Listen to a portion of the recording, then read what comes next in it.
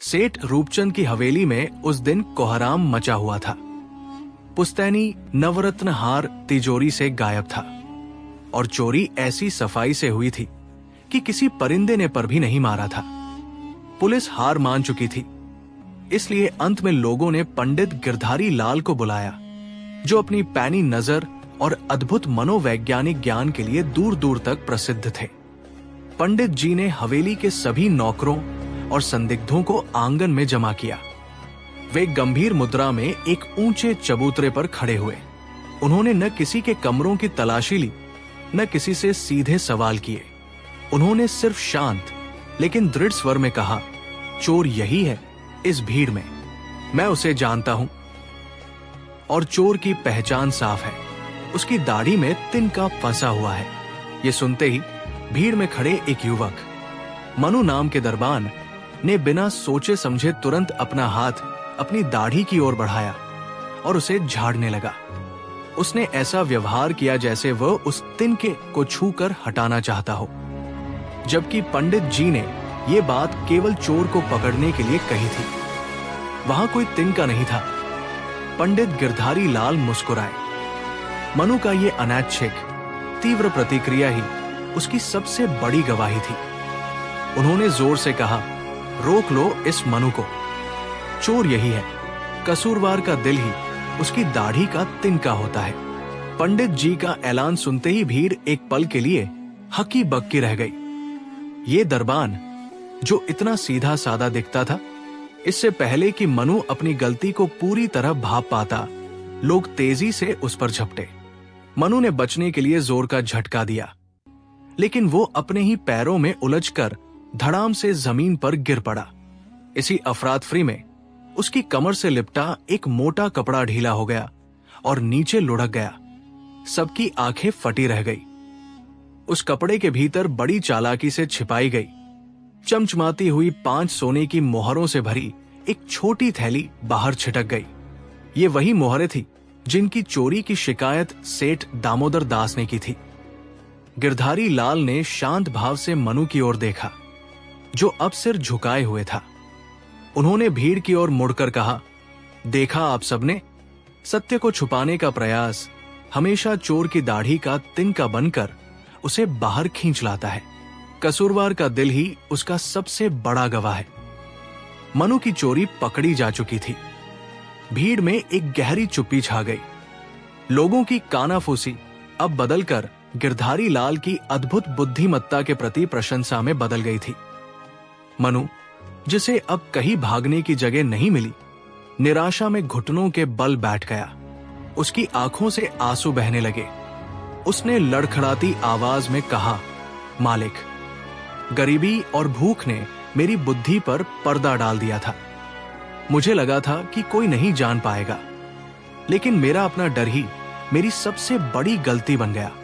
गिरधारी लाल ने मोहरों की थैली उठाई और संतुष्ट सेठ दामोदर दास को सौंप दी।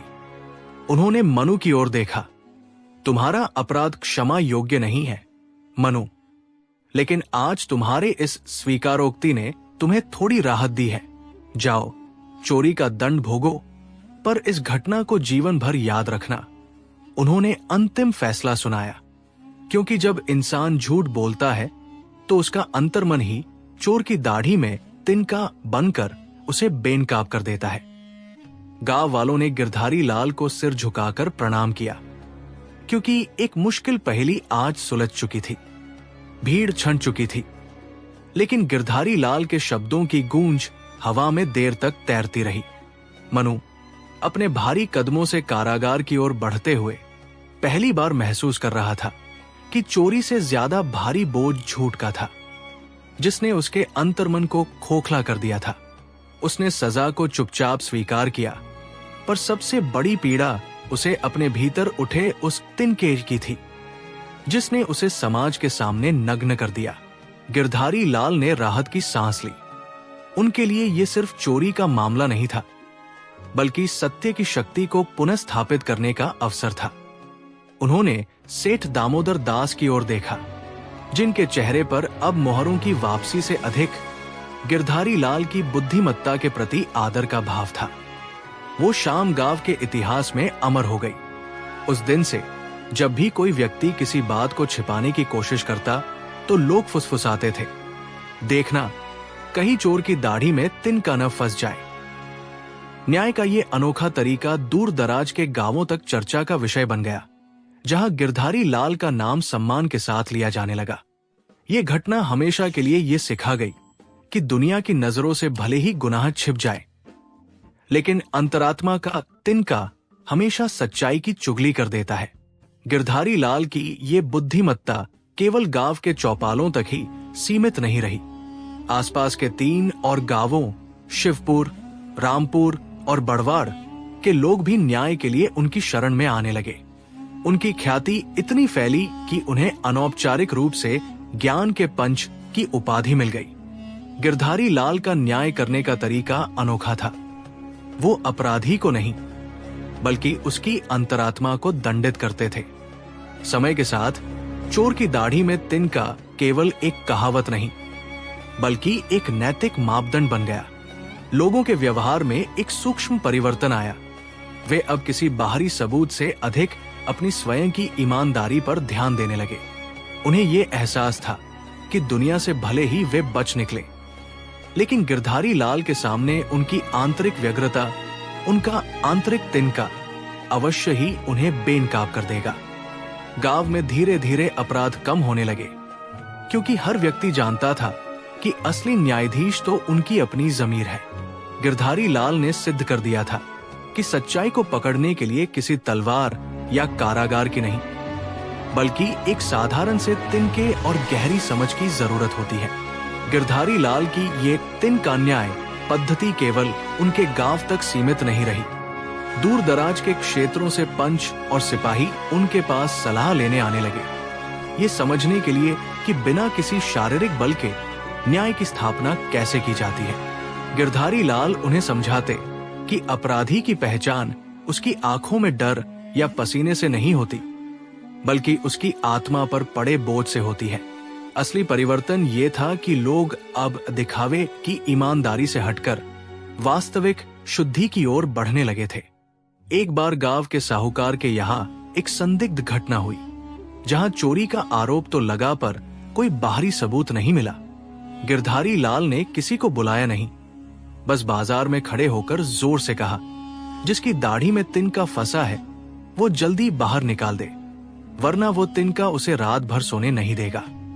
अगली सुबह साहूकार का भतीजा, जिसने कर्ज से बचने के लिए चोरी का नाटक रचा था, खुद गिरधारी लाल के पास आ गया।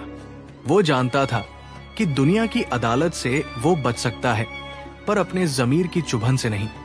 गिरधारी लाल ने साबित कर दिया था कि सबसे बड़ा कारागार मनुष्य का अपना मन होता है। गिरधारी लाल ने भतीजे की ओर देखा, जिसके चेहरे पर अब पछतावे की हल्की चमक थी। दंड देने के बजाय गिरधारी लाल ने सहजता से अपना हाथ उसके कंधे पर रखा। दौलत तो वापस आ जाएगी बेटा, उन्होंने धीमी आवाज में कहा, लेकिन तुमने जो किया वो तुम्हें जमीर की फांसी से आजाद कर गया। दुनिया की हर जेल की दीवार टूट सकती है, पर जब तक मन अपराधी है कोई आजादी नहीं मिलती। गांव वालों ने इस अनोखे न्याय को देखा। ये चोरी का मामला केवल धन की हानि का नहीं रहा, ये मन की शुद्धि का पाठ बन गया। गिरधारी लाल ने सिद्ध कर दिया कि सबसे मुश्किल चोर वो होता है जो खुद से चोरी करता है, और उस चोर को पकड़ने के लिए किसी पहरेदार की नहीं, बल्कि सत्य की चुभन वाले एक छोटे से तिनके की जरूरत होती है। साहूकार का भतीजा कर्ज से तो मुक्त नहीं हुआ, पर जीवन भर के लिए अपराध बोध के बोझ से हल्का हो गया। साहूकार का भतीजा, जिसे अब गांव में दबी जुबान में तिनके वाला कहा जाने लगा था, उस रात के बाद सचमुच एक नया जीवन जी रहा था। उसने चोरी की रकम साहूकार को तुरंत लौटा दी, और शेष कर्ज चुकाने के लिए उसने गांव के बाहर की एक छोटी सी दुकान पर मजदूरी करना शुरू कर दिया। उसके चेहरे पर अब वो बेचैनी नहीं थी, बल्कि एक शांत दृढ़ता थी। गिरधारी लाल की ये अद्भुत न्याय पद्धति आसपास के कई गांवों में चर्चा का विषय बन गई। उनका तिनके वाला न्याय केवल एक कहानी नहीं, बल्कि एक दर्शन बन गया। लोग समझ गए कि सबसे बड़ा दंड न्यायालय की सजा नहीं, बल्कि वो अपराध बोध है जो इंसान के ज़मीर को तिल तिल करके जलाता है। गिरधारी लाल ने एक बार फिर कहा, जब तक तिनका दाढ़ी में चुभता रहेगा तब तक वो व्यक्ति ईमानदारी की राह पर चलता रहेगा। क्योंकि याद रहे, सबसे कठिन जेल स्वयं का टूटा हुआ विश्वास होती है। और इस प्रकार एक छोटा सा तिनका सदियों तक सत्य की सबसे बड़ी गवाही बन गया। गिरधारी लाल के इस न्याय ने न केवल उस चोर को सुधारा, बल्कि आने वाली पीढ़ियों के लिए न्याय का एक नया पैमाना स्थापित कर दिया। शीघ्र ही उनका तिनके वाला न्याय एक किंवदंती बन गया, जिसका जिक्र दूर दराज के कस्बों में होने लगा। अब गांव की हर पंचायत में यदि किसी पर चोरी या बेईमानी का संदेह होता तो पंच उसे सीधे चुनौती नहीं देते थे, बल्कि वे उसे गिरधारी लाल के तिनके की याद दिलाते थे। वो अदृश्य तिनका जो दाढ़ी में नहीं, बल्कि सीधे मन के भीतर चुभता था। इस न्याय की कसौटी पर परखने के लिए किसी गवाह या सबूत की जरूरत नहीं पड़ती थी। लोगों के बीच ये धारणा बन गई थी कि दाढ़ी का तिनका भले ही निकाल दिया जाए, लेकिन जमीर में चुभा हुआ तिनका हमेशा के लिए शेष रह जाता है। जिसने भी बेईमानी की राह पर कदम बढ़ाया, उसे रात की नीरवता में अपने ही जमीर की आवाज में उस तिनके की चुभन महसूस हुई। इस आंतरिक डर ने गांव में अपराधों की संख्या लगभग शून्य कर दी। लेकिन ये जमीरी शांति एक दिन टूट गई। मंगलू नाम के एक नवयुवक ने, जिसने कभी चोरी नहीं की थी, लोभ के वश में आकर पड़ोसी की तिजोरी से 2 सोने के सिक्के निकाल लिए। चोरी सफल थी और दाढ़ी बिल्कुल साफ। उसे लगा कि वो समाज की इस पौराणिक धारणा को मूर्ख साबित कर देगा। वो सिक्कों को मुट्ठी में भींचकर अपने घर पहुंचा। बाहरी तौर पर कोई प्रमाण नहीं था, लेकिन जैसे ही वो बिस्तर पर लेटा, उसे लगा कि उसकी मुट्ठी में सिक्के नहीं, बल्कि जलता हुआ अंगारा है। सिक्के की खनक से ज्यादा तीखी चुभन उसके जमीर से आ रही थी। वो तिनका अदृश्य था, पर उसका दर्द किसी घाव से कम नहीं था। पूरी रात मंगलू छटपटाता रहा। सुबह होते ही उसने न केवल सिक्के लौटाए, बल्कि अपनी दाढ़ी के नीचे चुभ रहे उस आंतरिक तिनके का दर्द भी सबके सामने खोलकर रख दिया। गांव ने समझा लिया था कि अब तिनका दाढ़ी में नहीं, बल्कि सीधे आत्मसम्मान की जड़ में उगता है। मंगलू की स्वीकारोक्ति ने उसे चोर की पहचान से मुक्त कर दिया। अब लोग उसे मंगलू चोर नहीं, बल्कि मंगलू भाई कहकर पुकारते थे, जिसके चेहरे पर रात भर की छटपटाहट का निर्मल तेज था। वो तिनका जो दाढ़ी में चुभा था, अब उसकी स्मृति में एक कड़ा सबक बन गया था। गांव में जब भी कोई छोटे से लालच या बेईमानी की बात करता, बड़े बूढ़े तुरंत टोकते, संभल जा भाई, दाढ़ी का तिनका कहीं जमीर की जड़ में न घुस जाए। मंगलू अब एक सामान्य जीवन जीता था, मेहनत करता और सुकून से सोता। उसकी कहानी ने गांव के हर घर में एक अदृश्य चौकीदार बिठा दिया था। वो चौकीदार था आत्मसम्मान का डर, जो सिखाता था कि बाहरी निगरानी से ज्यादा जरूरी है अपनी नीयत की सुरक्षा। उस दिन से चोर की दाढ़ी में तिनका सिर्फ एक मुहावरा नहीं रहा, बल्कि ईमानदारी और आंतरिक शुद्धि मापने का एक जीवित पैमाना बन गया था। ये सबक पीढ़ियों तक गूंजता रहा। कई साल बीत गए। मंगलू अब बूढ़ा हो चुका था, लेकिन उसकी कहानी नई पीढ़ी के लिए अब भी ताजी थी। वो कहानी अब लोकगीतों और पहेलियों में सिमट चुकी थी। किशन, मंगलू का पोता, बाजार में अपनी मां के लिए सामान खरीदने गया। भीड़ भाड़ में उसने देखा कि एक दुकानदार की मेज के नीचे चमकता हुआ रुपया पड़ा है। किशन ने जल्दी से चारों ओर देखा, कोई नहीं देख रहा था। उसका हाथ स्वतः ही उस चांदी के टुकड़े की ओर बढ़ने लगा। तभी उसके कान में मंगलू की पुरानी धीमी आवाज गूंजी, किशन, दाढ़ी का तिनका बाहर की आंखों से ज्यादा डरावना होता है। किशन का हाथ हवा में रुक गया। उस तिनके की चुभन उसे बाहरी लालच से कहीं ज्यादा महसूस हुई। उसने सिक्का उठाया और सीधे दुकानदार को वापस कर दिया।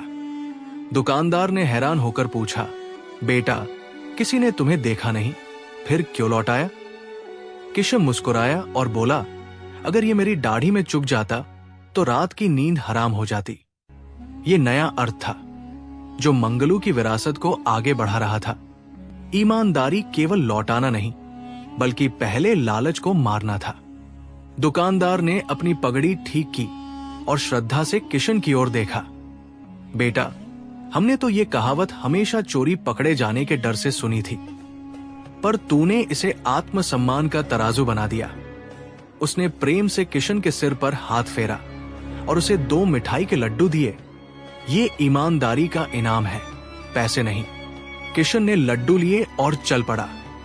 अब वो जानता था कि दाढ़ी का तिनका केवल भय का प्रतीक नहीं था, बल्कि वो पहला छोटा चुनाव था जो चरित्र की नींव रखता है। उस दिन से किशन की कहानी शहर की गलियों में गूंजने लगी। ये अब मंगलू या किशन की कहानी नहीं थी, बल्कि हर उस व्यक्ति की कहानी थी जिसे जीवन में एक छोटा सा लालच रूपी तिनका उठाना था, और उससे पहले ही अपने मन की दाढ़ी को साफ रखना था। मानसिक दाढ़ी में तिनका चुभने का डर पुलिस के डंडे से कहीं अधिक शक्तिशाली सिद्ध हुआ। किशन अब केवल एक गुमनाम चरवाहा नहीं रहा। उसने शहर के उस अनौपचारिक नीति शिक्षक का पद संभाल लिया था, जिसकी शिक्षाएं किसी भी अदालत के फैसले से अधिक गहरी थी। जब भी कोई बच्चा बाजार से टॉफी चुराने की हिम्मत करता या कोई व्यापारी हिसाब में बेईमानी करता, तुरंत पीछे से आवाज आती, अपनी दाढ़ी टटोल भाई, कहीं छोटा सा तिनका न रह जाए। दाढ़ी का तिनका अब सिर्फ मंगलू की कहानी का हिस्सा नहीं था, ये ईमानदारी का नया सर्वमान्य पैमाना बन चुका था। इस सामाजिक दबाव के कारण छोटे अपराधों में आश्चर्यजनक गिरावट आई। लोग बाहरी दंड से नहीं डरते थे, बल्कि इस बात से भयभीत थे कि कहीं समुदाय उन्हें तिनके वाला कहकर बहिष्कार न कर दे। किशन ने महसूस किया, असली बदलाव कानून की किताबों में नहीं, बल्कि लोगों के जमीर की गहराई में होता है, जहां एक छोटा सा तिनका भी पूरे चरित्र को शर्मसार करने की ताकत रखता है। और मंगलू, जो अब सम्मानित जीवन जी रहा था, अक्सर मुस्कुराते हुए कहता, तिनके हटाते जाओगे तो दाढ़ी अपने आप स्वच्छ रहेगी। लेकिन इस सामाजिक न्याय प्रणाली की सबसे बड़ी परीक्षा तब हुई जब ये नियम गांव के प्रतिष्ठित लोगों पर लागू करने की बारी आई। सेठ शिवरतन, जिनकी दानवीरता के चर्चे दूर दूर तक थे, उन पर सार्वजनिक टंकी के निर्माण में गुणवत्ताहीन सामग्री का उपयोग करने का आरोप लगा। शुरुआत में गांव वाले संकोच में थे। शिवरतन ने सोचा कि उसका पद और प्रतिष्ठा एक मामूली तिनके के दंड से कहीं ऊपर है। उसने पंचायत के सामने तर्क दिया कि छोटे मोटे भ्रष्टाचार तो समाज का हिस्सा है और उसकी दाढ़ी को ये बदनामी शोभा नहीं देगी। किंतु किशन और मंगलू ने स्पष्ट कहा, यह तिनका केवल चोरों के लिए नहीं है, बल्कि उस हर व्यक्ति के लिए है जिसने जमीर को मैला किया है। तिनका प्रतिष्ठान नहीं देखता। अगले ही दिन पूरे गांव के सामने सेठ शिवरतन की सफेद दाढ़ी में वो कठोर पीला तिनका डाल दिया गया। उस क्षण लोगों ने पहली बार समझा कि ये दंड केवल अपराध का नहीं, बल्कि समाज के प्रति विश्वासघात का प्रतीक है। तिनके की शक्ति अब सर्वव्यापी हो चुकी थी। सेठ शिवरतन के माथे पर चिंता की लकीरें गहरी हो गई। वो पीला तिनका, जिसे लोग अब न्याय का निशान कहते थे, उनकी ऊंची हवेली की चमक और उनके सामाजिक दर्जे को क्षण भर में खा गया। अब गांव में न केवल छोटे चोर कांप रहे थे, बल्कि वे सारे महाजन और अधिकारी भी भयभीत थे, जो अब तक रिश्वत या हेराफेरी से धन बटोरते थे। उन्हें महसूस हुआ कि ये सजा केवल शारीरिक अपमान नहीं है, बल्कि ये एक ऐसी निरंतर चुभन है जो हर रिश्ते और हर लेन देन में प्रतिष्ठा को धूमिल करती है। तिनका अब केवल एक सजा नहीं रह गया था, वो गांव का नया अनकहा कानून बन चुका था। अगले सप्ताह गांव के पटवारी ने अपनी सालों पुरानी जमीन की हेराफेरी पकड़े जाने के डर से खुद आकर मंगलू और किशन को अपनी गोपनीय डायरी सौंप दी। वो जानता था कि तिनके की नजर से छिपने की अब कोई गुंजाइश नहीं थी। तिनके की शक्ति ने गांव की आत्मा को बदल दिया था। अब बेईमान होने से ज्यादा बेईमान पकड़े जाने का डर हावी था। जिन जिन के चेहरे पर तिनका लगा था, उनकी जिंदगी रातों रात बदल गई थी। वो मामूली सी सूखी घास की डंडी बाजार में एक मौन घोषणा पत्र बन गई थी। लोग उनसे बात करते थे, लेन देन भी होता था, लेकिन हर बातचीत में एक सूक्ष्म दूरी बनी रहती थी। किसी की हिम्मत नहीं होती थी कि वो तिनके वाले व्यक्ति के साथ बैठकर भोजन करे, जब तक कि वो तिनका सम्मान पूर्वक हटा न लिया जाए। मंगलू ने देखा कि पटवारी अब अपनी हवेली की जगह गांव के मंदिर की सीढ़ियों पर बैठता था। वो मौन रहता था और उसका हाथ बार बार अपनी दाढ़ी पर लगे तिनके को छूता था, शायद उसे हटाने की नहीं, बल्कि उसकी उपस्थिति को स्वीकारने की कोशिश में। यह सार्वजनिक पश्चाताप का चरम रूप था। सबसे बड़ा बदलाव ये आया कि बच्चों ने कहानियों में डाकुओं और चोरों की जगह तिनके वाले आदमी की बातें करना शुरू कर दिया। तिनका केवल दाग नहीं था, ये अब सुधार का प्रमाण बन गया था। जिस दिन मंगलू या किशन किसी व्यक्ति की ईमानदारी पर भरोसा कर तिनका हटाते थे, वो क्षण अपराधी के लिए आजादी के पर्व से कम नहीं होता था। पिछले सप्ताह गांव के सबसे पुराने तिनके वाले आदमी धर्मा का क्षण आया। उसने 2 साल तक अपनी दाढ़ी में वो कठोर पीला तिनका संभाला था, जो अब नमी और पसीने से चिपका हुआ था, उसके अपराध के बोझ का मूर्त रूप। गांव के मुखिया ने 8 वर्षीय बच्ची मंगली को आगे आने का निर्देश दिया, जिसकी आंखों में छल का नामो निशान नहीं था। गांव वालों ने सांस रोक ली। मंगली ने कांपते हाथों से धर्मा की सफेद दाढ़ी को छुआ। जब उसने धीरे से उस छोटे से तिनके को उठाया और जमीन पर गिरने दिया, तो एक अजीब सी शांति छा गई। तिनके के जमीन छूते ही धर्मा की आंखों से आंसू छलक पड़े। ये आंसू पश्चाताप के नहीं, बल्कि वर्षों के इंतजार के बाद मिली मुक्ति के थे। ये क्षण केवल धर्मा की आजादी का नहीं, बल्कि पूरे समुदाय के लिए करुणा और विश्वास के नए युग का उद्घाटन था। तिनका अब केवल दाग नहीं, बल्कि ये साबित करने का अंतिम प्रमाण बन गया था कि माफी हमेशा संभव है। धर्मा ने अपने सूखे होठों को खोला। आवाज पहले तो कांपी, फिर एक संकल्प के साथ स्थिर हो गई। वो तिनका उसने धीमी मगर साफ आवाज में कहा, केवल मेरी दाढ़ी में नहीं था, वो मेरी आत्मा में गड़ा था। उन्होंने सिर्फ चोरी नहीं कबूली, उन्होंने वो जगह बताई जहां गांव के वर्षों पुराने आस्था के प्रतीक नंदिनी मूर्ति को दबाया गया था। ये वही मूर्ति थी जिसके खोने के बाद गांव में सूखा पड़ा था। भीड़ जो अभी तक सदमे में थी, अब एक नई शांत खुशी से भर गई। उनका खोया हुआ विश्वास उनके पुराने बुजुर्ग की मुक्ति के रूप में वापस लौट आया था। मंगली ने धर्मा को गले लगा लिया। अब धर्मा चोर नहीं, बल्कि वो पुल बन गया था जिसने गांव के टूटे हुए अतीत को उसके दयालु भविष्य से जोड़ा। तिनका हट चुका था, लेकिन उसकी कहानी अब करुणा की एक नई विरासत बन गई थी। अगले ही क्षण सारे गांव वाले एक सामूहिक ऊर्जा से उस स्थान की ओर दौड़े जहां धर्मा ने नंदिनी को छिपाया था। मिट्टी की गहरी परतों के नीचे से वर्षों पुरानी चमचमाती मूर्ति को बाहर निकाला गया। जैसे ही सूर्य की रोशनी उस पर पड़ी, भीड़ में खुशी की एक लहर दौड़ गई, जो किसी भी सूखे को धोने के लिए काफी थी। इसी बीच क्षितिज पर घने बादल छा गए, जो गांव वालों की आंखों में छलकते विश्वास को दर्शा रहे थे। यह महज संयोग नहीं था।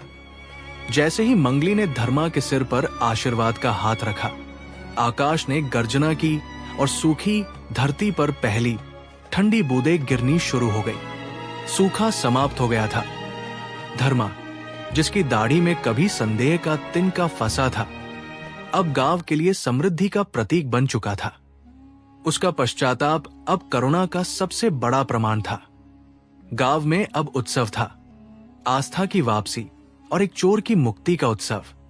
ढोल की थाप और स्त्रियों के मंगल गीतों से पूरा गांव गूंज उठा।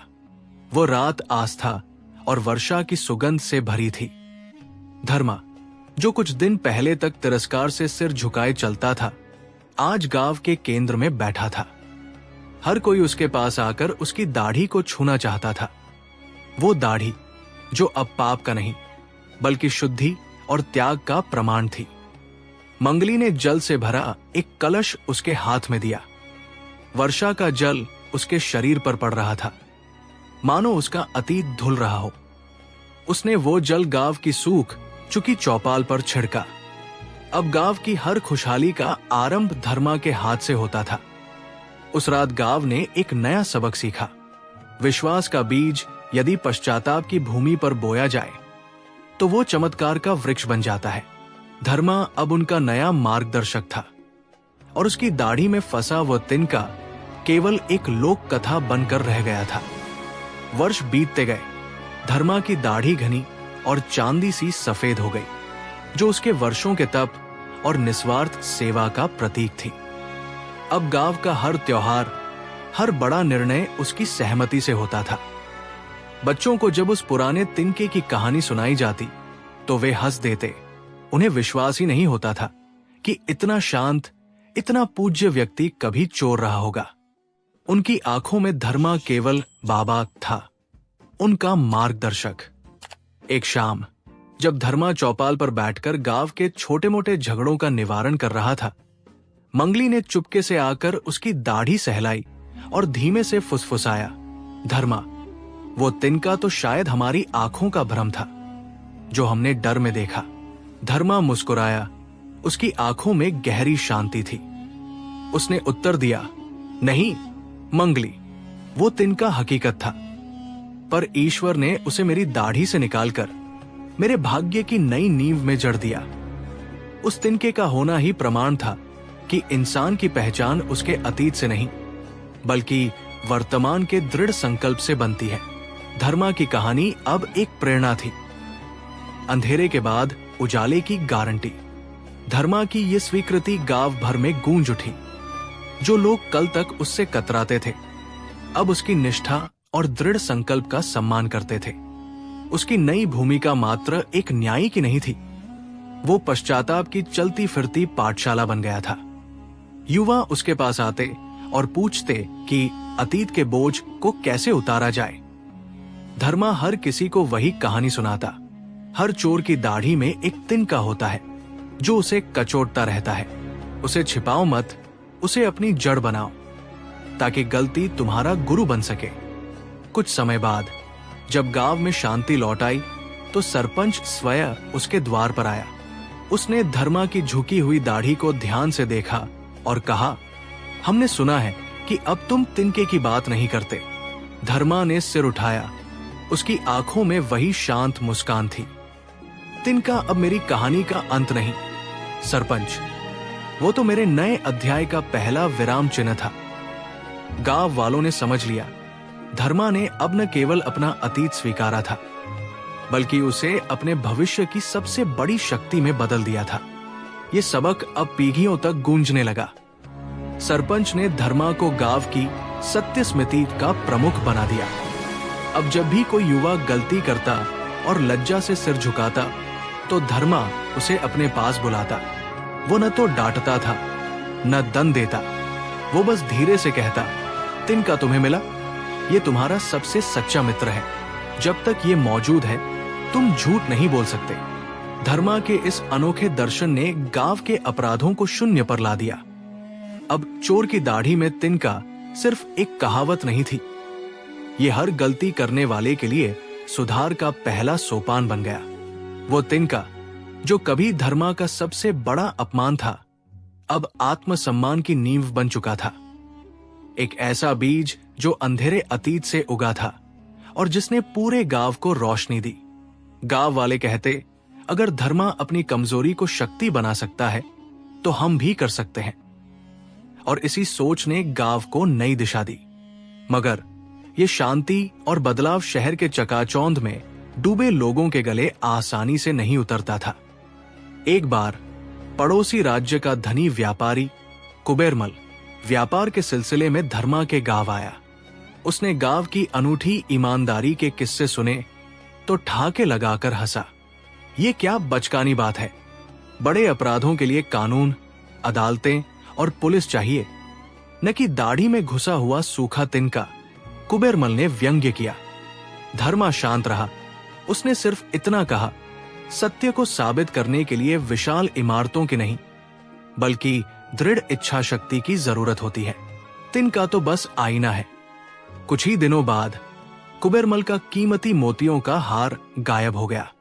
पुलिस और जासूस बुलाने की बजाय गांव वालों ने उसे धर्मा के तिनका न्याय की ओर धकेला। अब व्यापारी के पास दो रास्ते थे, या तो अपने अहंकार को बचाए रखे या उस छोटे से तिनके की शक्ति को स्वीकार करे जिसने पूरे गांव को बदल दिया था। यह देखना बाकी था कि क्या एक शहरी भौतिकवादी व्यक्ति आत्मबोध के इस ग्रामीण दर्शन को अपना पाएगा। कुबेरमल का अहंकारी चेहरा क्रोध से तमतमा उठा। ये क्या मजाक है? मेरा करोड़ों का माल चोरी हुआ है और तुम लोग मुझे इस सड़क छाप ड्रामा में खींच रहे हो। उसने धर्मा की ओर घूरते हुए कहा, वो लड़का क्या समझेगा न्याय? उसे तिनके में क्या दिखाई देगा जो मेरे महंगे जासूसों को नहीं दिखता? मगर गांव वालों की एकजुटता और उनका अटूट विश्वास कुबेरमल के विरोध को धीरे धीरे ठंडा कर रहा था। उन्हें पता था कि अगर वे पुलिस को बुलाते तो मामला लंबा खिंचता और वे तमाशा बनते। हारकर और अपने व्यापारिक सम्मान को बचाने के लिए कुबेरमल को उस अप्रत्याशित न्याय प्रणाली के सामने झुकना पड़ा। अगली सुबह पंचायत की चौपाल पर गहमा गहमी थी। धर्मा शांत भाव से बरगद के नीचे बैठा था। उसके हाथ में केवल एक सूखा बेजान तिनका था। उसने चोरी के मुख्य 12 संदिग्धों को बुलाया। आज रात तुम सब इस तिनके को संभाल कर रखोगे, धर्मा ने गंभीर स्वर में घोषणा की। कल सुबह जब तुम इसे वापस लाओगे तब ये तिनका अपने आप बता देगा कि असली चोर कौन है। कुबेरमल ने माथा पीट लिया। ये उसकी जिंदगी का सबसे अटपटा अनुभव था। अब वो रात निर्णायक थी। वो रात सभी संदिग्धों के लिए एक परीक्षा बन गई। 11 संदिग्ध तो केवल इस अट्टी पहेली पर उलझन में थे कि एक बेजान तिनका कैसे बोल सकता है, लेकिन कुबेरमल का हाल बेहाल था। भय ने उसकी नींद उड़ा दी। तिनका उसे किसी जलते हुए कोयले की तरह लग रहा था जो उसकी पोल खोलने को तैयार बैठा हो। रात भर वो बार बार तिनके को नापता रहा। कहीं ये लंबा तो नहीं हो रहा? उसके मन में धर्मा के शब्दों का भय बैठा था। ये तिनका असली चोर का पता लगा देगा। आखिरकार डर और अपराध बोध से भरी आधी रात को कुबेरमल एक मूर्खतापूर्ण निर्णय पर पहुंचा। उसने सोचा, धर्मा जरूर कोई चाल चल रहा है। शायद वो तिनके को बढ़ने का इंतजाम करेगा। इस डर से बचने के लिए उसने बड़ी सावधानी से उस सूखे तिनके के ऊपरी सिरे को जरा सा तोड़कर फेंक दिया। वो संतुष्ट था कि अब उसका तिनका बाकियों से थोड़ा छोटा ही रहेगा और धर्मा का जादू उस पर काम नहीं करेगा। चैन की सांस लेकर वो भोर होने का इंतजार करने लगा। सुबह की पहली किरण फूटते ही धर्मा ने गांव के सभी संदिग्धी व्यक्तियों को पंचायत के सामने बुलाया। सारा गांव उत्सुकता से परिणामों का इंतजार कर रहा था। कुबेरमल भी वहां खड़ा था। उसकी छाती में जीत की एक नकली धड़कन थी। उसे यकीन था कि उसका छोटा किया हुआ तिनका उसे बचा लेगा। धर्मा ने गंभीर स्वर में कहा, चोरी की पहचान अब होगी। उसने एक एक व्यक्ति की दाढ़ी के पास जाकर तिनके को छूना शुरू किया। हर तिनका वैसा ही था जैसा रात में लगाया गया था, लंबाई में बिल्कुल समान। जैसे ही धर्मा कुबेरमल के पास पहुंचे, उन्होंने तुरंत रुककर एक तीखी मुस्कान दी। चोर मिल गया, धर्मा ने घोषणा की।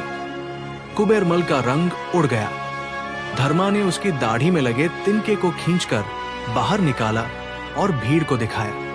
ये तिनका बाकियों से छोटा है, धर्मा ने कहा, क्योंकि ये डर के मारे बढ़ा नहीं, बल्कि चोर ने इसे अपनी मूर्खता से तोड़ दिया। बेगुनाह को भला अपना तिनका छोटा करने की क्या जरूरत? अपराध बोध के तिनके को कोई काट नहीं सकता, कुबेरमल का अपराध सबके सामने उजागर हो गया।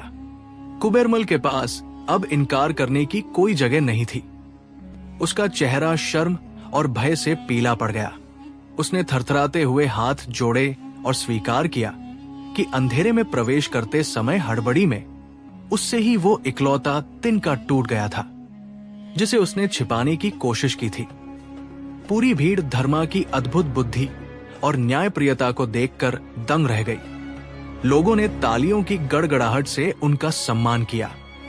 धर्मा ने चोरी का सारा माल तुरंत कुबेरमल के गुप्त स्थान से बरामद करवाया और उसे उसके सही मालिक को लौटाया। चोर की दाढ़ी का वो छोटा तिनका हमेशा के लिए न्याय की विजय का प्रतीक बन गया। इस घटना ने सिद्ध कर दिया कि अपराध चाहे कितना भी अंधेरे में किया जाए, सत्य की एक छोटी सी किरण भी उसे उजागर करने के लिए काफी होती है। धर्मा का नाम पूरे नगर में फैल गया और न्याय के प्रतीक के रूप में उनकी ख्याति दूर दूर तक पहुंच गई। धर्मा की बढ़ती ख्याति को देखते हुए नगर के बुजुर्गों और प्रतिष्ठित व्यापारियों ने सर्वसम्मति से उन्हें मुख्य न्यायपंच का पद सौंप दिया। धर्मा ने अपनी नई भूमिका को पूरी ईमानदारी और विनम्रता के साथ स्वीकार किया। उनका न्याय करने का तरीका सरल लेकिन अचूक होता था।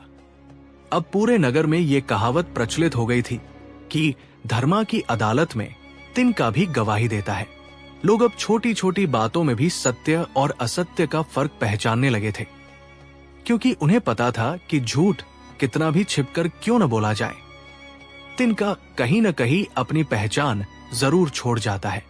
कुबेरमल की घटना के बाद नगर में चोरी और धोखाधड़ी के मामलों में तेजी से कमी आई। वो छोटा सा तिनका जो कभी कूड़ा समझा गया था, अब हर अपराधी के मन में डर पैदा करने वाला एक भयावह प्रतीक बन चुका था। धर्मा के नेतृत्व में नगर शीघ्र ही एक आदर्श स्थान बन गया, जहां न्याय हमेशा सबसे ऊपर था और सत्य की विजय निश्चित। अब धर्मा की बुद्धिमत्ता के किस्से दूर दूर के राज्यों में भी सुनाए जाने लगे थे। दूरस्थ राज्य प्रज्ञापुर के महाराज विमलदेव ने जब धर्मा की तिनके वाले न्याय की कहानियां सुनी तो पहले उन्हें विश्वास नहीं हुआ। ये कैसा न्याय है, उन्होंने अपने मंत्रियों से कहा। एक साधारण सा तिनका बड़े से बड़े चोर को कैसे पकड़वा सकता है? ये जरूर ग्रामीणों का अंधविश्वास होगा। किंतु जब उनके अपने शाही खजाने से अमूल्य सूर्य मुकुट चोरी हो गया और राज्य के बड़े बड़े जासूस नाकाम रहे, तब विमलदेव को धर्मा की बुद्धिमत्ता की याद आई। अपमानित होकर भी उन्हें यह स्वीकार करना पड़ा कि शायद उस छोटे से नगर का तिनका ही उनकी राजधानी की लाज बचा सकता है। ये चोरी सामान्य नहीं थी। चोर ने कोई निशान नहीं छोड़ा था और सभी द्वार बंद थे। महाराजा ने तत्काल धर्मा को सम्मान पूर्वक बुलावा भेजा। धर्मा जानता था कि ये सिर्फ एक मुकुट का मामला नहीं है, ये सत्य और न्याय के सिद्धांत की सबसे बड़ी परीक्षा है। उसे उस विशाल संगठित अपराध के बीच चोर की दाढ़ी में छिपे उस एक अदृश्य तिनके को ढूंढना था जो सारी कहानी बयां कर सके। धर्मा ने राजमहल में प्रवेश किया। उनकी आंखें खजाने की दीवारें नहीं, बल्कि वहां खड़े दरबारी और सुरक्षा कर्मियों के चेहरे पड़ रही थी। वो जानते थे कि जिस संगठित अपराध की बात हो रही है, उसका कोई न कोई सूत्रधार अवश्य ही राज परिवार के निकट होगा। महाराज, धर्मा ने शांत किंतु दृढ़ स्वर में कहा, चोर की बुद्धिमत्ता को बाद में देखेंगे। पहले मुझे ये बताइए कि चोरी की रात महल में रोशनी और भोजन की व्यवस्था किस प्रकार थी? और हाँ, क्या उस रात किसी भी सेवक ने असामान्य रूप से जोर से छींकने या खांसने की आवाज सुनी थी? सभी दरबारी चौंक उठे। मुकुट चोरी हुआ था और ये आदमी साधारण छींक की बात कर रहा था। धर्मा मुस्कुराया। असली तिनका सिर्फ चोर की दाढ़ी में नहीं होता महाराज, वो उस अदृश्य धूल में होता है जो चोर की खामोशी को भी आवाज देती है। उसने तुरंत ही महल के सबसे पुराने रसोइये और धोबी को बुलाने का आदेश दिया। न्याय की शुरुआत हमेशा छोटे और अनदेखे विवरणों से होती है। रसोइया रामू काका और धोबी गंगू डरते हुए महाराज के सामने लाए गए। उनकी झुर्रियों वाली आंखें पूछ रही थी कि मुकुट चोरी में उनका क्या दोष है। धर्मा ने उन्हें शांत रहने का इशारा किया और सीधे रामू काका से पूछा, काका, चोरी वाली रात क्या आपने रसोई के बाहर किसी भी प्रकार की तेज गंध, जैसे कि मिर्च या मसाले की तीक्ष्णता महसूस की थी? काका ने कम कंपाती आवाज में कहा, नहीं धर्मा जी, पर हाँ, उस रात जब मैं शाही भोजनशाला की तरफ जा रहा था, दालान में जरा हटकर मैंने एक अजीब सी तेज मिर्च की गंध महसूस की थी। इतनी तेज कि मुझे खुद एक जोरदार छींक आ गई थी। मैंने सोचा था शायद कोई मसाला गिर गया होगा, इसलिए ध्यान नहीं दिया। धर्मा की आंखें बिजली की तरह चमकी। उसने दरबारियों की ओर देखा। ये रही पहली छींक की कहानी। कोई सेवक नहीं खासा, पर चोर ने खुद को छिपाने के लिए मिर्च का उपयोग किया।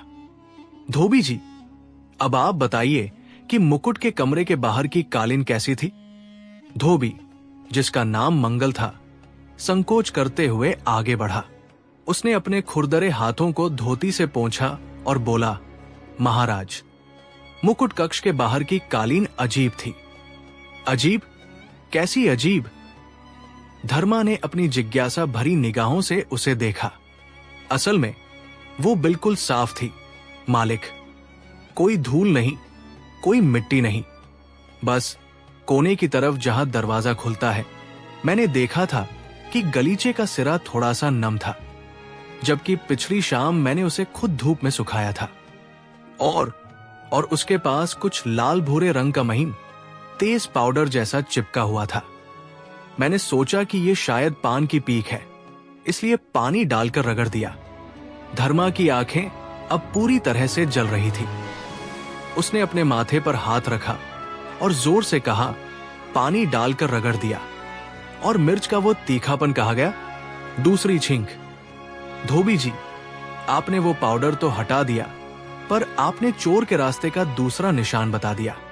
अब ये बताइए कि ये नमी और पाउडर किस तरफ से आया था? धोबी अब अपने माथे से पसीना पोंछ रहा था। उसने गहरी सांस ली, जैसे कोई भारी बोझ उठा रहा हो। धर्मा बाबू, धोबी ने धीमी आवाज में कहा, वो पाउडर और नमी केवल एक सिरे पर नहीं थे, बल्कि कपड़े के उस हिस्से पर थे जो तह करने पर अंदर की तरफ आया था।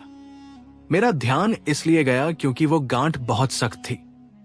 जब मैंने उसे खोला तो वो नमी और वो मिर्च जैसा लाल पाउडर, मुझे याद है, सीधे ऊपर की दिशा में चिपका हुआ था।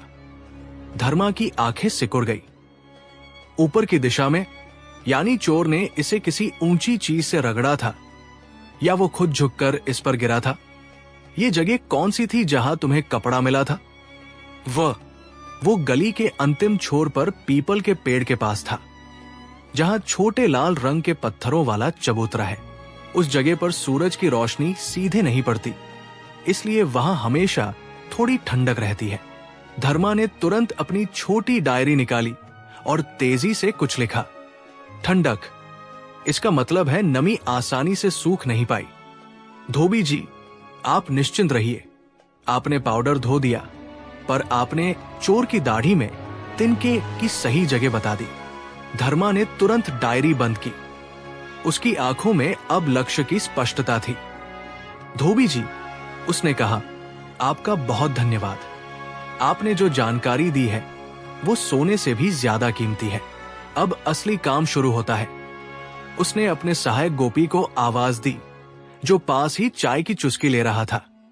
गोपी, अपनी टॉर्च और जमीन टटोलने वाले औजार ले लो।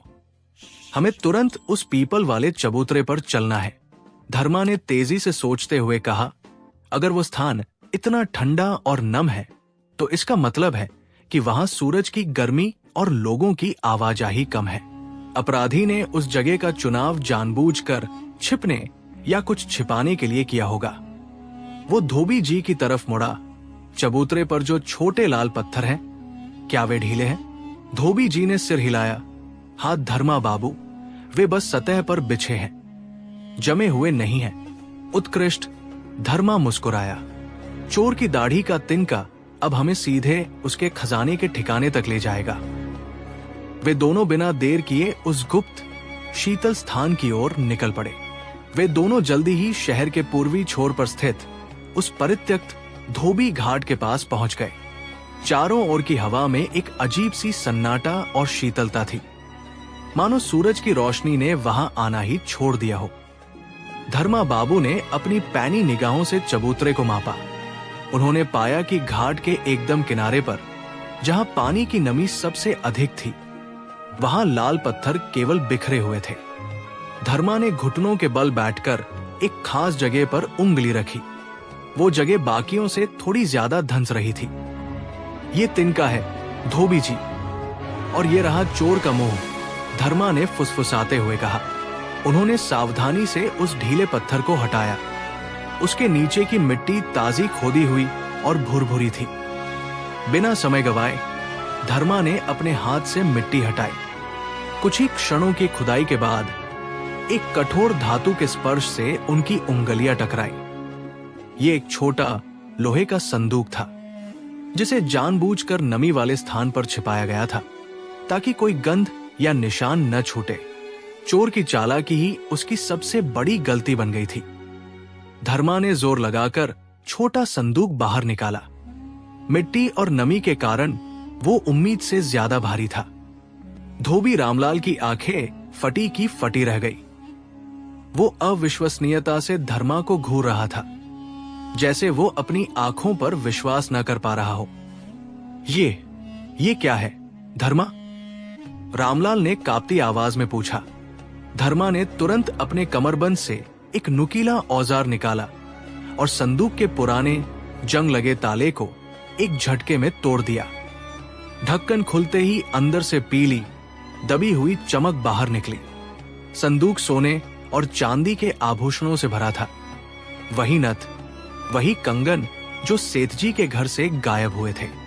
यही वो चोर की दाढ़ी में दबा तिनका है, धोबी जी, धर्मा ने विजयी मुस्कान के साथ कहा। चोर ने छिपाव तो कर लिया, पर यह नहीं सोचा कि जमीन की हल्की सी गंध और मुंह के पास की हलचल उसे पकड़वा देगी। अब बस उस चोर का चेहरा बेनकाब करना बाकी है। धोबी जी का चेहरा सफेद पड़ गया। उनकी आंखों में अब घबराहट की जगह एक तीखी दहशत थी। वो पीछे हटते हुए बुदबुदाए, ये सब झूठ है, मैं बेकसूर हूं। नहीं धोबी जी, धर्मा ने शांत निर्णायक स्वर में कहा। जब मैं आपके कपड़ों की जांच कर रहा था, तो मैंने देखा कि सेठ जी के रुमालों पर हल्की सी ताजी मिट्टी की गंध थी। वो मिट्टी जो आपने संदूक दबाते समय जमीन से खोदी थी। कोई भी पेशेवर धोबी इस तरह की गंध को अपने काम से ऐसे नहीं छुपा सकता। और फिर आपकी दाढ़ी की खुजली। धर्मा थोड़ा झुका। आप बार बार अनजाने में अपनी दाढ़ी सहला रहे थे, जैसे कोई अंदरूनी बेचैनी हो। ये वो तिनका था जो आपके अपराध बोध ने आपकी दाढ़ी में दबा दिया था।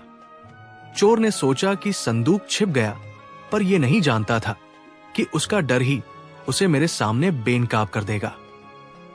धर्मा ने संदूक को बंद किया और पीछे खड़े सिपाहियों को इशारा किया, पकड़ो इसे। सिपाहियों ने तुरंत आगे बढ़कर चोर को दोनों तरफ से कसकर पकड़ लिया। अचानक हुई इस कार्रवाई से चोर का रंग उड़ गया। वो पहले तो हक्का बक्का रह गया, फिर बौखलाहट में चिल्लाया, ये अन्याय है, मैं बेकसूर हूं। धर्मा ने संदूक पर हाथ रखा, जिसकी मुहर अभी भी टूटी हुई थी। बेकसूर? आपके शब्दों में भले ही दम न हो, लेकिन आपकी आंखों में दिख रहा डर और आपके कपड़ों पर लगी जमीन की वो ताजा नमी ये सिद्ध करती है कि आप चोर हैं। तिनका निकाल दिया गया, सेठ जी। अब झूठ का कोई सहारा नहीं। भीड़ में मौजूद लोग धर्मा की सूझबूझ पर दाद देने लगे। चोरी का सारा मामला सिर्फ एक छोटी सी अनजाने में हुई खुजलाहट और मिट्टी की महक पर टिका था। धर्मा ने चोर को सिपाहियों के हवाले करते हुए कहा, न्याय की कसौटी पर छोटे से छोटा अपराध बोध भी पकड़ में आ जाता है। चोर की दाढ़ी में तिनका हमेशा ही उसकी पहचान होता है। संदूक को वापस उसके असली मालिक को सौंप दिया गया और शहर ने चैन की सांस ली। सेठ जी की आंखों में कृतज्ञता के आंसू थे।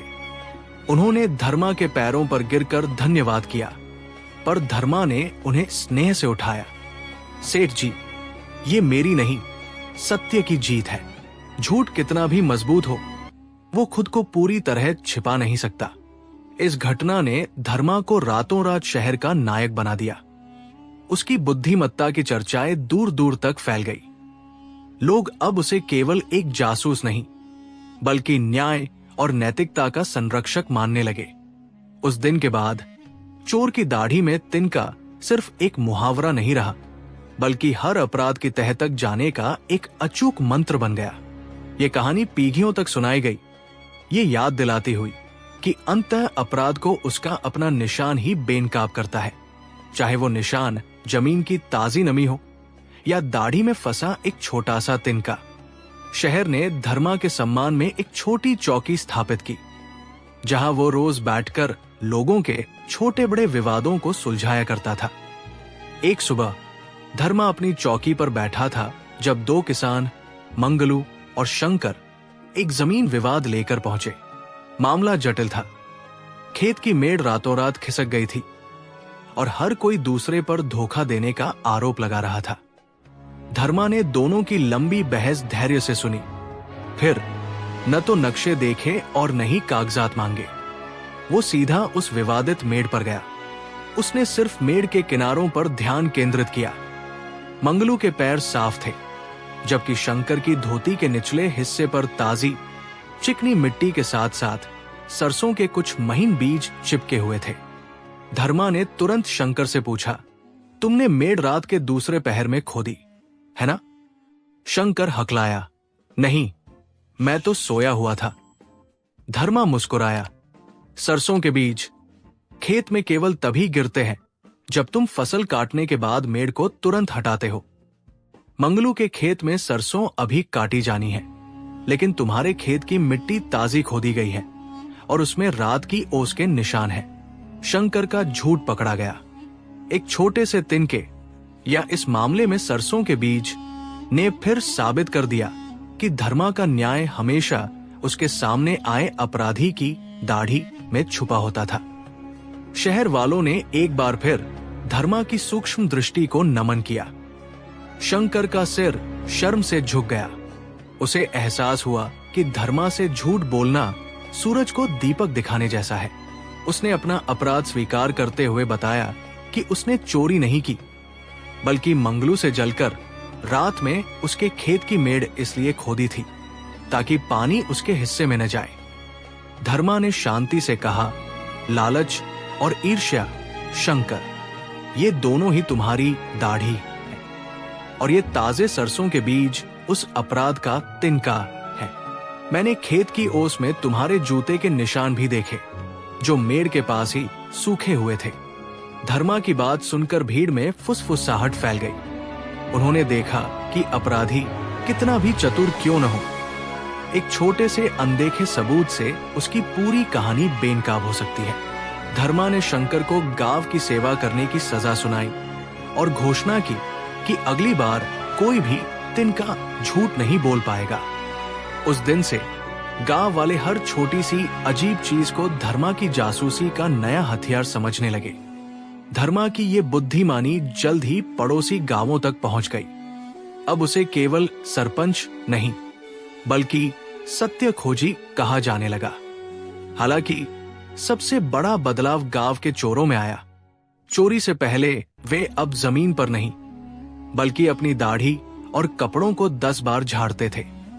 शंकर की सजा पूरी होने के बाद भी वो हर सुबह अपनी दाढ़ी को सावधानी से कंघी करता, मानो कोई अदृश्य तिनका अब भी न्याय की देवी का दूध बनकर बैठा हो। सिपाहियों ने तुरंत आगे बढ़कर चोर को दोनों तरफ से कसकर पकड़ लिया। अचानक हुई इस कार्रवाई से चोर का रंग उड़ गया। वो पहले तो हक्का बक्का रह गया, फिर बौखलाहट में चिल्लाया, ये अन्याय है, मैं बेकसूर हूं। धर्मा ने संदूक पर हाथ रखा, जिसकी मुहर अभी भी टूटी हुई थी। बेकसूर? आपके शब्दों में भले ही दम न हो, लेकिन आपकी आंखों में दिख रहा डर और आपके कपड़ों पर लगी जमीन की वो ताजा नमी ये सिद्ध करती है कि आप चोर हैं।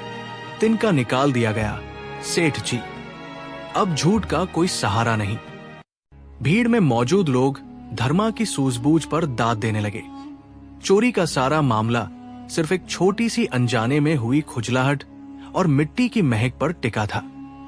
धर्मा ने चोर को सिपाहियों के हवाले करते हुए कहा, न्याय की कसौटी पर छोटे से छोटा अपराध बोध भी पकड़ में आ जाता है। चोर की दाढ़ी में तिनका हमेशा ही उसकी पहचान होता है। संदूक को वापस उसके असली मालिक को सौंप दिया गया और शहर ने चैन की सांस ली। सेठ जी की आंखों में कृतज्ञता के आंसू थे। उन्होंने धर्मा के पैरों पर गिरकर धन्यवाद किया, पर धर्मा ने उन्हें स्नेह से उठाया। सेठ जी, ये मेरी नहीं, सत्य की जीत है। झूठ कितना भी मजबूत हो, वो खुद को पूरी तरह छिपा नहीं सकता। इस घटना ने धर्मा को रातों रात शहर का नायक बना दिया। उसकी बुद्धिमत्ता की चर्चाएं दूर दूर तक फैल गई। लोग अब उसे केवल एक जासूस नहीं, बल्कि न्याय और नैतिकता का संरक्षक मानने लगे। उस दिन के बाद चोर की दाढ़ी में तिनका सिर्फ एक मुहावरा नहीं रहा, बल्कि हर अपराध की तह तक जाने का एक अचूक मंत्र बन गया। ये कहानी पीढ़ियों तक सुनाई गई, ये याद दिलाती हुई कि अंततः अपराध को उसका अपना निशान ही बेनकाब करता है, चाहे वो निशान जमीन की ताजी नमी हो या दाढ़ी में फंसा एक छोटा सा तिनका। शहर ने धर्मा के सम्मान में एक छोटी चौकी स्थापित की, जहां वो रोज बैठकर लोगों के छोटे बड़े विवादों को सुलझाया करता था। एक सुबह धर्मा अपनी चौकी पर बैठा था जब दो किसान मंगलू और शंकर एक जमीन विवाद लेकर पहुंचे। मामला जटिल था। खेत की मेड़ रातों रात खिसक गई थी और हर कोई दूसरे पर धोखा देने का आरोप लगा रहा था। धर्मा ने दोनों की लंबी बहस धैर्य से सुनी, फिर न तो नक्शे देखे और न ही कागजात मांगे। वो सीधा उस विवादित मेड़ पर गया। उसने सिर्फ मेड़ के किनारों पर ध्यान केंद्रित किया। मंगलू के पैर साफ थे, जबकि शंकर की धोती के निचले हिस्से पर ताजी चिकनी मिट्टी के साथ साथ सरसों के कुछ महीन बीज चिपके हुए थे। धर्मा ने तुरंत शंकर से पूछा, तुमने मेड़ रात के दूसरे पहर में खोदी है ना? शंकर हकलाया, नहीं, मैं तो सोया हुआ था। धर्मा मुस्कुराया, सरसों के बीज खेत में केवल तभी गिरते हैं जब तुम फसल काटने के बाद मेड़ को तुरंत हटाते हो। मंगलू के खेत में सरसों अभी काटी जानी है, लेकिन तुम्हारे खेत की मिट्टी ताजी खोदी गई है और उसमें रात की ओस के निशान है। शंकर का झूठ पकड़ा गया। एक छोटे से तिनके या इस मामले में सरसों के बीज ने फिर साबित कर दिया कि धर्मा का न्याय हमेशा उसके सामने आए अपराधी की दाढ़ी में छुपा होता था। शहर वालों ने एक बार फिर धर्मा की सूक्ष्म दृष्टि को नमन किया। शंकर का सिर शर्म से झुक गया। उसे एहसास हुआ कि धर्मा से झूठ बोलना सूरज को दीपक दिखाने जैसा है। उसने अपना अपराध स्वीकार करते हुए बताया कि उसने चोरी नहीं की, बल्कि मंगलू से जलकर रात में उसके खेत की मेड़ इसलिए खोदी थी ताकि पानी उसके हिस्से में न जाए। धर्मा ने शांति से कहा, लालच और ईर्ष्या शंकर, ये दोनों ही तुम्हारी दाढ़ी है और ये ताजे सरसों के बीज उस अपराध का तिनका है। मैंने खेत की ओस में तुम्हारे जूते के निशान भी देखे जो मेड़ के पास ही सूखे हुए थे। धर्मा की बात सुनकर भीड़ में फुसफुसाहट फैल गई। उन्होंने देखा कि अपराधी कितना भी चतुर क्यों न हो, एक छोटे से अनदेखे सबूत से उसकी पूरी कहानी बेनकाब हो सकती है। धर्मा ने शंकर को गांव की सेवा करने की सजा सुनाई और घोषणा की कि अगली बार कोई भी तिनका झूठ नहीं बोल पाएगा। उस दिन से गांव वाले हर छोटी सी अजीब चीज को धर्मा की जासूसी का नया हथियार समझने लगे। धर्मा की ये बुद्धिमानी जल्द ही पड़ोसी गांवों तक पहुंच गई। अब उसे केवल सरपंच नहीं, बल्कि सत्य खोजी कहा जाने लगा। हालांकि सबसे बड़ा बदलाव गांव के चोरों में आया। चोरी से पहले वे अब जमीन पर नहीं, बल्कि अपनी दाढ़ी और कपड़ों को 10 बार झाड़ते थे। शंकर की सजा पूरी होने के बाद भी वो हर सुबह अपनी दाढ़ी को सावधानी से कंघी करता, मानो कोई अदृश्य तिनका अब भी न्याय की देवी का दूध बनकर बैठा हो। गांव वालों की छोटी मोटी चीजों के खोने पर भी धर्मा को बुलाया जाने लगा। एक बार तो गांव के एक लड़के ने गलती से अपना कंचा खो दिया और उसे लगा कि धर्मा ही उस छोटे से कांच के टुकड़े को ढूंढकर अपराधी को पकड़ सकते हैं। धर्मा मुस्कुराए। उन्होंने समझाया कि न्याय के लिए हमेशा बड़े अपराध जरूरी नहीं होते, लेकिन हर तिनका अगर सही समय पर और सही नजर से देखा जाए तो कहानी जरूर सुनाता है, चाहे वो तिनका अपराध का हो या सिर्फ उम्मीद का। उनकी ये सीख गांव की नई कहावत बन गई। अगर चोर की दाढ़ी में तिनका न भी हो तो भी धर्मा उसे ढूंढ निकालेगा। लेकिन जल्द ही धर्मा के इस दर्शन का कड़ा इम्तिहान होना था। अगले ही हफ्ते गांव के सबसे पुराने